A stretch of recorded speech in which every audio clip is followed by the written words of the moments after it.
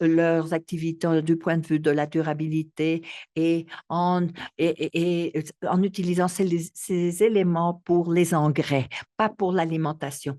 Alors, j'espère que, bon, je ne serai pas moins compétent que les autres intervenants. Je n'ai pas de doctorat. Je ne suis pas un doctorant. Moi, je suis rattachée à l'entreprise Darling Ingredients.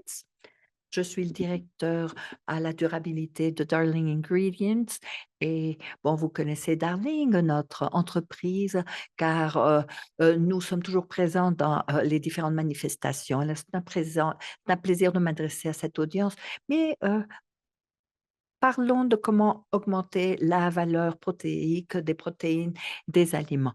Parlons de notre entreprise et parlons de comment nous gérons le recyclage des produits animaux ou de l'équarrissage, comment en parler aux audiences en dehors de l'entreprise, comment nous utilisons les insectes, le collagène, les gélatines et comment utiliser ces sous-produits de produits animaux en pour en faire le storage et ainsi que les matériels, les déchets et les réutiliser pour continuer à gérer l'entreprise, la production de collagène, de gélatine, la culture d'insectes, la production de biogaz. Alors, il y a différentes lignes d'affaires dans lesquelles on s'investit afin de produire des produits assez importants et pour les animaux, pour nourrir l'alimentation de la société, des êtres humains, et par le biais de nos stratégies, le biogaz et d'autres types d'éléments qu'on utilise. Alors, je souhaite parler de l'économie biocirculaire et c'est à partir de ce point de vue qu'on va parler de l'équarrissage qui est rattaché à l'économie biocirculaire et nous sommes ravis d'en faire partie.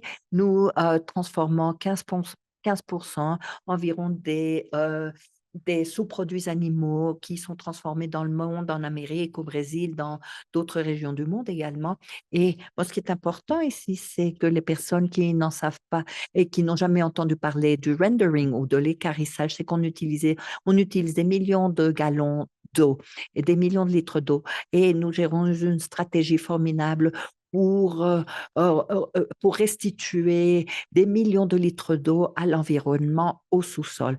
Et nous vendons plus de 3 milliards de livres en matières premières pour l'alimentation à basse intensité carbone. On travaille en Europe et nous avons également un système qui fournit de l'énergie verte visant le 2050 pour les foyers, les logements. Et nous réalisons des efforts pour éviter que 2 millions et qui permettent de retirer de l'environnement le dioxyde de carbone, 2 millions de tonnes de dioxyde de carbone produits par les automobiles. Alors, de même que d'autres entreprises, nous avons un centre de profit très rentable. Voici une des lignes d'affaires.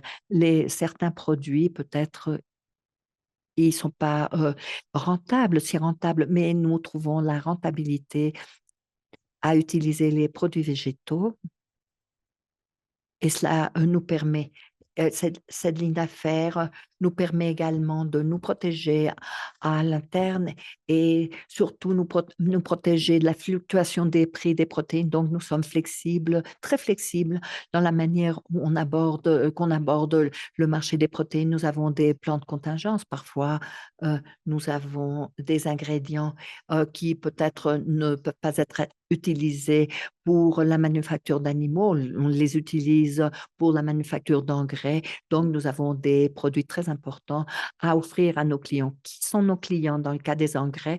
Bon, le plus important lié à l'agriculture bio, nous avons des engrais euh, organiques à partir de processus naturels qui sont utilisés dans l'agriculture organique et c'est dans le domaine des légumes, des fruits. On utilise énormément d'engrais, mais également sur les terrains de golf, les cours de golf, dans le cas des pelouses et des terrains sportifs, et également pour le paysage et ou la jardinerie, avec des alternatives durables pour les engrais traditionnels, si les clients le souhaitent.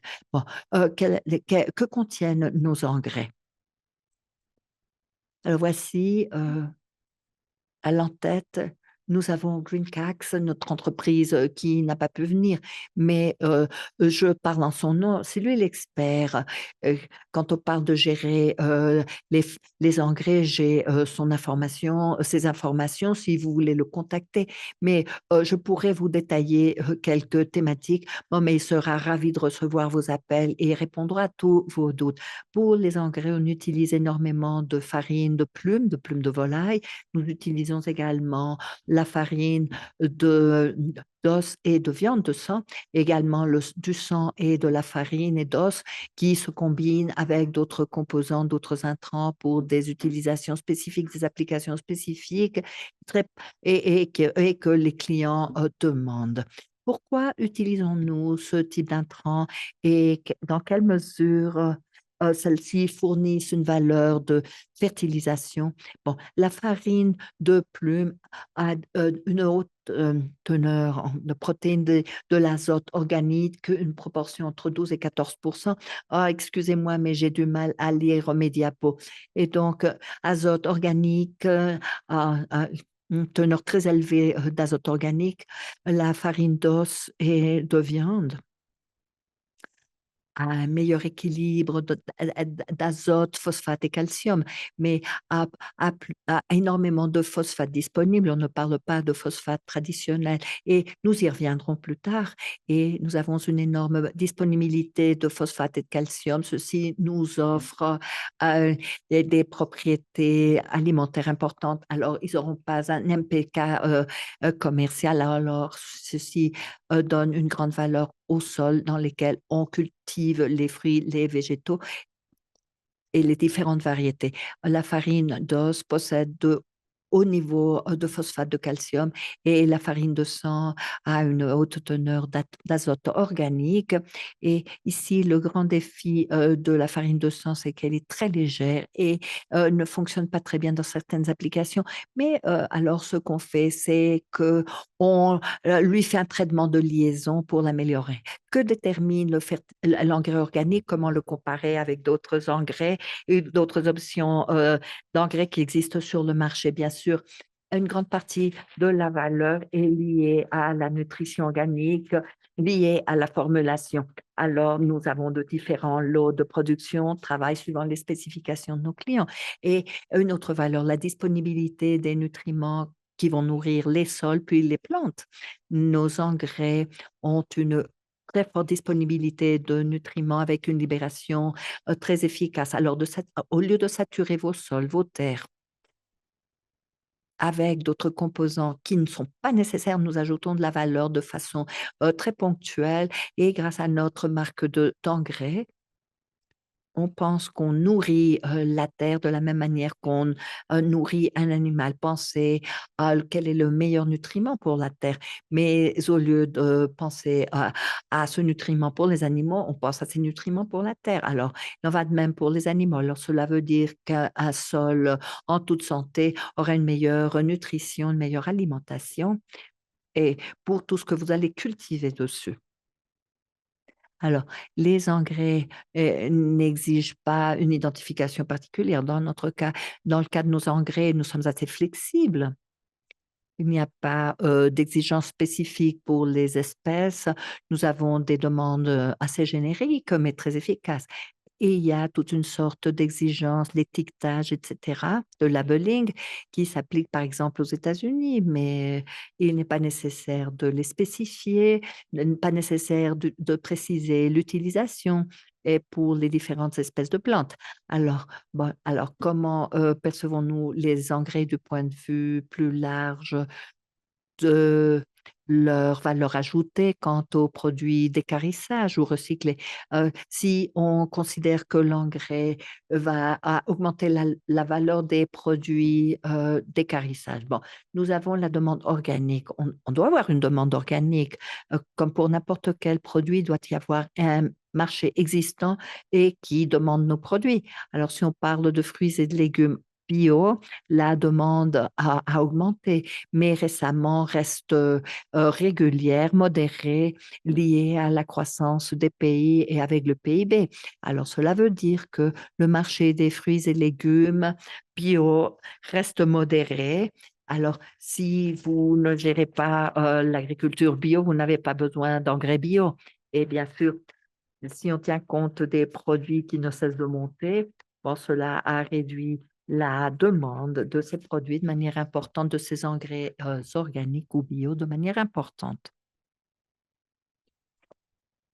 Et bon, travailler avec les engrais organiques ou bio n'aura pas un grand impact quant au volume et la demande de nos produits, surtout si on parle de la farine d'os et de viande, ou du MBM en anglais. Bon, si nos engrais ont une grande valeur implicite, on peut dire, bon, par exemple, l'engrais de volaille, l'engrais de volaille compostée ou le guano et nous donne une réserve dans le cas de la farine d'os et de viande. Bon, un autre avantage, un autre atout de cet engrais et qu'il coûte moins que les autres farines. Donc, on doit l'utiliser de manière efficace et on peut en obtenir de grands rendements. Alors, il y a une autre opportunité. On parle de la bioéconomie circulaire et c'est le sujet qui nous rassemble ici aujourd'hui. Alors, que c'est-il pour passer avec les énergies renouvelables et les carburants qui ont eu un impact dans le marché des graisses et cela pourrait être un exemple des opportunités. Alors, ceci se dérive. Bon, les gouvernements ont un intérêt particulier à décarboniser et on a la chance de croître dans nos marchés dans ce domaine-là. Alors, si on continue à les utiliser dans de nombreux produits végétaux pour la production de carburant, on cible la production domestique et locale de ce type de végétaux avec les différentes matières premières, les graisses dont le marché a besoin.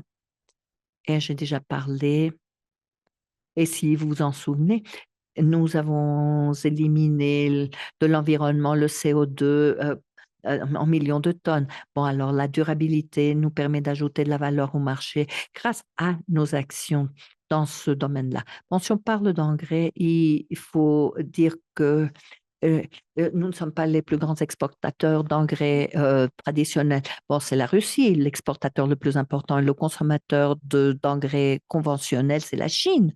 Alors, ceci va façonner le marché ces années à venir, mais nous donnera l'occasion de participer dans les différents flux de marché, surtout dans le domaine des fertilisants traditionnels. Alors, pensons alors au diesel renouvelable, ces paradigmes, tout en appliquant ces concepts renouvelables, et également dans le domaine des engrais de ce même type. Le diesel renouvelable promeut le développement économique et la bioéconomie circulaire. On comprend les bénéfices du recyclage animal. Alors, on offre une valeur qui est restituée au marché, même si cela n'est pas reconnu dans le cas de la valeur des protéines. Et nous devons également souligner comment on va le traduire en termes de crédit carbone. On ne reconnaît pas la valeur dans le marché des protéines. Le diesel renouvelable contribue à la production des pays, surtout quand on parle de l'importation et dans des pays où ce type d'engrais sont permis et qu'on peut augmenter leur production. Bon, dans le cas des engrais renouvelables, bon, la situation n'est pas si différente, qui permet le développement économique, contribue à la durabilité au fur et à mesure que les agriculteurs essaient de réduire leur empreinte carbone et la production de soja et les producteurs qui essayent de réduire leur empreinte carbone, les engrais bio laissent une empreinte carbone bien plus bien inférieure. Et cela nous aide à étendre le cycle de vie de ressources limitées et nous permettent également d'améliorer l'économie biocirculaire. Alors, par la bioéconomie circulaire, parlons des ressources limitées. Si on parle du marché des phosphates, les phosphates sont extraits. C'est un processus d'extraction et qui ont une existence limitée. Les statistiques nous parlent on estime la disponibilité des phosphates en une dizaine, centaine d'années, même si ces données ne peuvent pas être confirmées. On ne sait pas combien elles vont durer, mais on sait que le phosphate est une ressource limitée qui ne sera pas toujours là. Il faut explorer les alternatives, les options. Maintenant, si on l'analyse depuis la perspective régionale, la plupart des phosphates proviennent de, de processus d'extraction, pas sur pas aux États-Unis, mais les pays du Moyen-Orient et de l'Afrique. Les farines d'os et de viande sont une grande source de phosphate qui permettent de maintenir ces nutriments dans ce cycle et dans cette économie circulaire, d'où notre intérêt euh, et la question comment relever ces défis de nutriments en récupérant la valeur et la farine d'os est une grande alternative pour la récupération de phosphate. Voici un commentaire supplémentaire. Pourquoi l'effet des engrais est si important? On parle de nourrir, d'alimenter la terre comme on nourrit les animaux. Alors, c'est comme ça que les engrais fonctionnent. Si vous pensez uniquement à alimenter la plante, c'est limité. Il faut également nourrir la terre, car la terre est un microbiome qui augmente la disponibilité de ces nutriments dans la terre, dans les sols.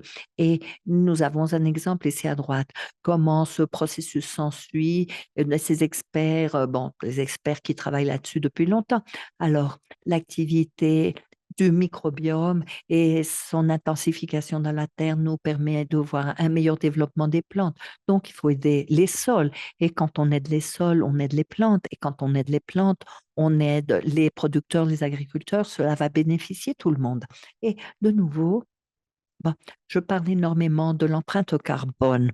Bon, les protéines d'animaux font partie de mon discours et bien d'autres types de protéines. Si on parle de l'empreinte de l'empreinte carbone, les experts ciblent les engrais bio, les engrais organiques, la farine d'os et de viande, et on voit que l'impact en termes de carbone se réduit. Que devons-nous faire? Bon, la recherche ne s'interrompt pas, est en cours. On a déjà suivi d'excellentes présentations avec une évolution ininterrompue. On peut aborder les engrais de la même manière avec les applications et comment est-ce que les nutriments peuvent être utilisés comment évaluer les implications. Comment améliorer la législation, les politiques pour bien profiter des opportunités et de récolter des plantes avec des fertilisants comme on le fait maintenant avec cette capacité d'identifier la différence entre les différents combustibles. La seule chose qui pourra se passer dans le domaine des protéines et des fertilisants. Donc, si nous voyons ce plan d'action pour le renouveler, il faudrait avoir le soutien des groupes industriels dans la participation des assemblées législatives des pays pour créer de la valeur à travers toutes ces analyses. Donc voilà mon message. Et non seulement en termes de dollars, il faut voir la valeur d'une autre façon, depuis une perspective plus ample pour éviter des émissions dans l'utilisation de fertilisants conventionnels, tout en travaillant avec des agriculteurs. Nous savons qu'une bonne partie des fertilisants sont reliés au gaz naturel.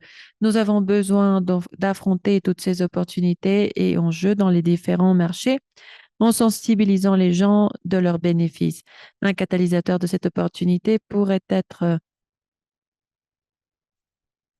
on pourrait comprendre que les flux commerciaux des fertilisants viennent avec des enjeux géopolitiques et on aura besoin d'une plus grande production d'aliments, ce qui pourra mener à une demande plus élevée de fertilisants, ce qui veut dire qu'il faut augmenter la production de fertilisants. Nous savons que nous sommes en train d'alimenter la terre pour que le sol soit sain. C'est une partie essentielle de la production. On se centre dans ce sol. Il s'agit de s'assurer qu'elle puisse soutenir la vie végétale. Il faut aussi avoir ces catalysateurs pour qu'ils soient durables, comme on l'a déjà mentionné dans plusieurs occasions. Cela nous mène vers l'importance de rechercher des solutions durables long terme qui puissent être utilisées pour protéger la terre et les agriculteurs, protéger l'offre et la demande des aliments. Et il faut aussi penser que si nous adoptons cette perspective pour les fertilisants et les protéines à source animale, on pourra faire de meilleures choses. Donc voilà l'information de contact de Rick Geise. Si vous avez des questions sur mon entreprise ou sur la durabilité, si vous avez des questions sur les fertilisants, vous pouvez vous diriger vers Rick parce que c'est la personne en charge.